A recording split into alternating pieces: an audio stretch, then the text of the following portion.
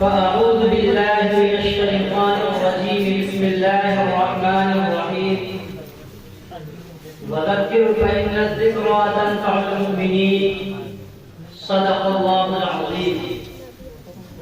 صدر محترم، اسٹیج پر رونق افروز علماء کرام اور حاضرین جلسہ، السلام علیکم ورحمۃ اللہ وبرکاتہ.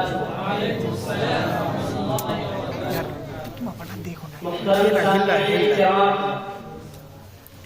میں آپ حضرات کے روبرو مدارس و مکاتب کی اہمیت و افادیت کے عنوان پر کچھ کہنے کی جسارت کر رہا ہوں.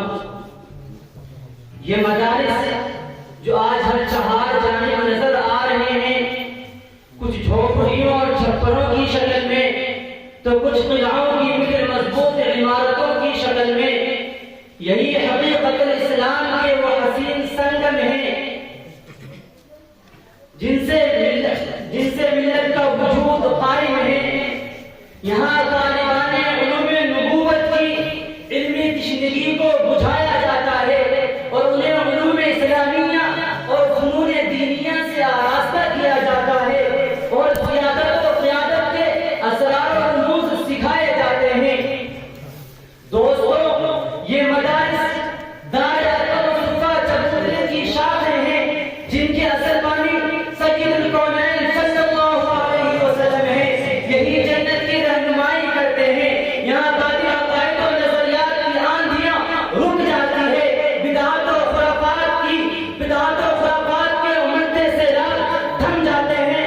کفر و شرک، ضلالت و گمراہی کی ناپاک سازشیں اور پلاننگ فیل ہو جاتی ہے.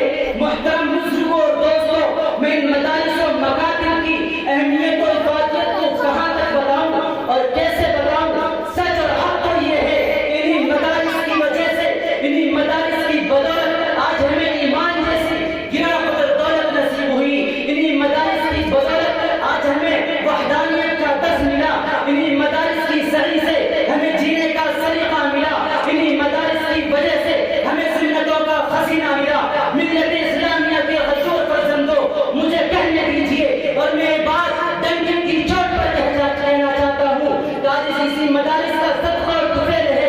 اس ملک میں مسلمانوں کا شخصی وقار اور امتیاز باقی ہے. جاؤ تم دنیا کے کسی بھی ملک میں چلے جاؤ، مشرق سے لے کر مغرب تک، شمال سے لے کر جنوب تک، دنیا کے کسی بھی خطے میں چلے جاؤ، جہاں بھی فلانی پرچم لہرا رہا ہے اور ایمان و یقین کی شمع روشن ہے اور علم کا دریا بہہ رہا ہے، وہی مدارس کا صدقہ اور تحفہ ہے.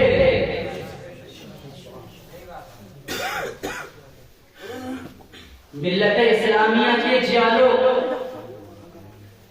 ذرا غور تو کیجیے. آج اسے دہشت گردی کا اڈہ قرار دیا جا رہا ہے اور کس پر دہشت گردی کا الزام لگایا جا رہا ہے؟ انہی مدارس پر اور ان میں پڑھنے پڑھانے والے طلباء اور علماء کرام پر. افسوس، صد افسوس.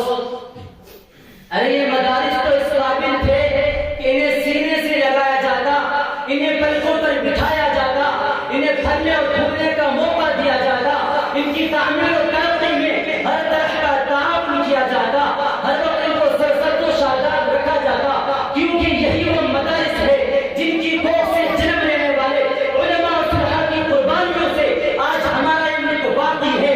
کیونکہ خدا کی قسم، اگر یہ مدارس نہ ہوتے، علماء نہ ہوتے، طلباء نہ ہوتے تو آج یہ ملک باقی نہ ہوتا. لیکن اے شدت پسندوں اور مدارس کو دہشت گردی کا اڈہ قرار دینے والوں، کان کھول کر سن لو. اگر یہ مدارس نہ ہوتے تو پارلیمنٹ میں بھی زلزلہ آ جاتا، لال قلعہ کی عالی اور وائٹ ہاؤس کی سفیدی، قطب مینار کی رفعت و بلندی بھی برقرار نہ رہتی، بڑے بڑے اسٹیشن بھی نظر نہ آتے، فلک بوس عمارتیں زمین بوس ہو جاتی. سامعین کرام، علماء و مدارس کو دیکھ کر پیٹ میں مروڑ کیوں ہوتی ہے؟ حواس معطل کیوں ہو جاتے ہیں اور قدموں پر لرزہ کیوں طاری ہو جاتا ہے؟ ارے تم تو اس غلط فہمی میں ہو کہ ہم خدا نخواستہ اللہ کا قرآن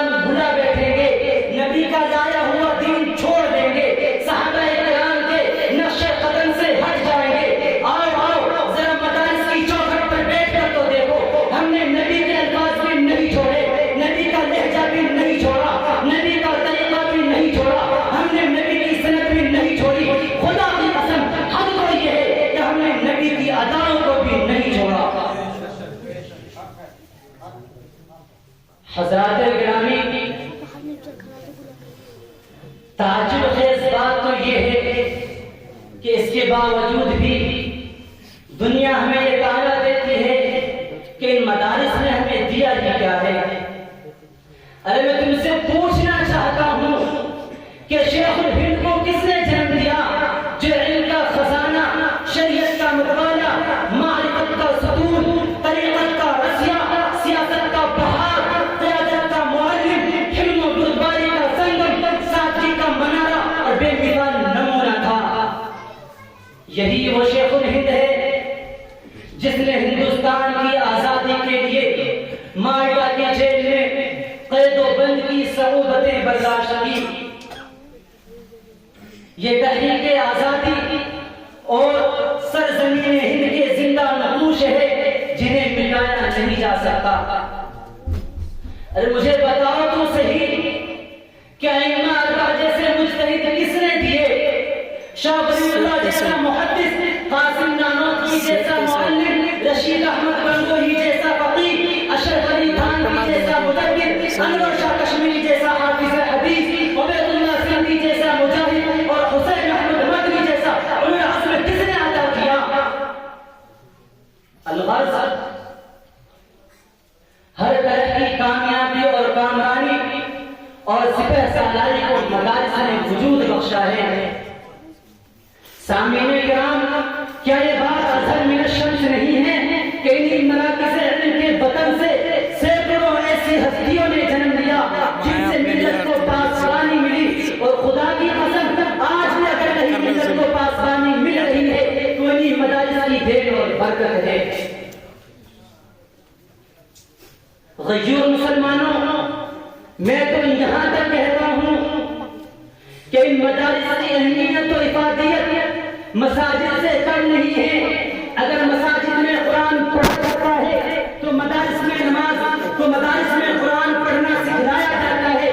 اگر مساجد میں نماز پڑھی جاتی ہے تو مدارس میں نماز پڑھنے کا طریقہ سکھلایا جاتا ہے۔ اگر مساجد میں اعتکاف کیا جاتا ہے تو مدارس میں اعتکاف کرنے کا طریقہ سکھایا جاتا ہے۔ خدا کی قسم اگر تمہیں کسی طالب علم کی عظمت کا پتہ چل جاتا یا کسی حافظ قرآن کے مقام و مرتبے کا علم ہو جاتا تو خدا کی قسم مدارس کی چوکھٹ پر تم سر دھنتے رہ جاتے۔ محترم حضرات، یہ مدارس اسلامی چھاؤنیاں ہیں جن کے سائے میں افکار کے پھول کھلتے ہیں، جن کے ذل عاطفت میں اسلامی شعور اور غیرت ایمانی کو جلا ملتی ہے، جن میں ہمارے نوخیز جگر گوشوں کی دینی تعلیم و تربیت ہوتی ہے۔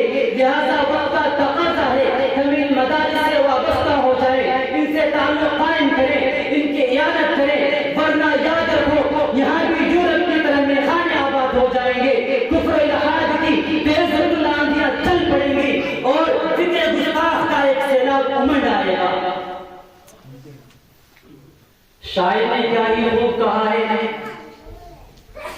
اپنے مرکز سے اگر دور نکل جاؤ گے، اپنے مرکز سے اگر دور نکل جاؤ گے، خاک ہو جاؤ گے، افسانوں میں کھو جاؤ گے، اور اپنے پرچم کا رنگ کہیں بھلا نہ دینا، سرخ شعلوں سے کھیلو گے تو جل جاؤ گے، اور تیز قدموں سے چلو، تصادم سے بچو، اگر بھیڑ میں سست چلو گے تو کچل جاؤ گے۔